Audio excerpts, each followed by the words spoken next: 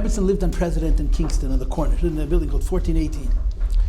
And she would go outside, and she would stand on the corner, and she would greet people. The Rebbes Mother was very different than the Rebbe's wife. The rebbetzin Achei Temimim didn't want at all the role of rebbetzin. She hated it. She said, "My husband's a rebbe, but I'm not a rebbetzin." That was her line. But the Rebbe's mother was very much a rebbetzin. She had been a rebbetzin of a community. She was the wife of the Rav of Yekaterinslav of the Dnepropetrovsk, which is a big city.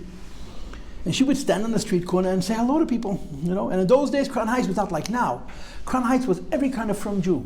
It was such a mixed neighborhood of Orthodox Jews, from Rochester till Flatbush, Mamish. There were so many frum Yidden here, every kind, modern Orthodox, Misnagdim, Chassidim, Svardim, Ashkenazim, every type, Hungarians, Polish, Russian, Ungarish. And she knew everybody. So she was sitting on the street corner.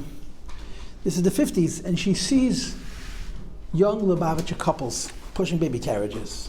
Now, when you see a young couple looking at baby carriage, it's no big deal.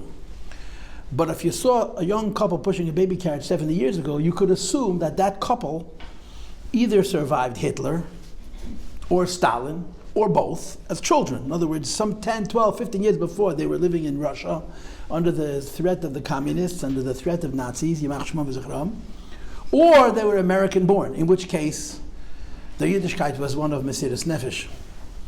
And the Rebbe's mother commented, "Azerche glickliche Porlach. The Zun soll gesund sein Porlach," which means in Yiddish and French and English, says, such fortunate couples.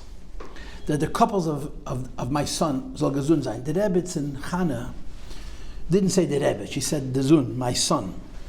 But she addressed him very formally. The Zun soll gesund sein. My son Shlita, that's how she spoke about it. So you're all the Rebbe's Kinderlach. And every time they read the attendance, you know, it's a beautiful list of beautiful names. They should all be healthy and well and successful. Life is good, if the Eibishter wants it to be, right?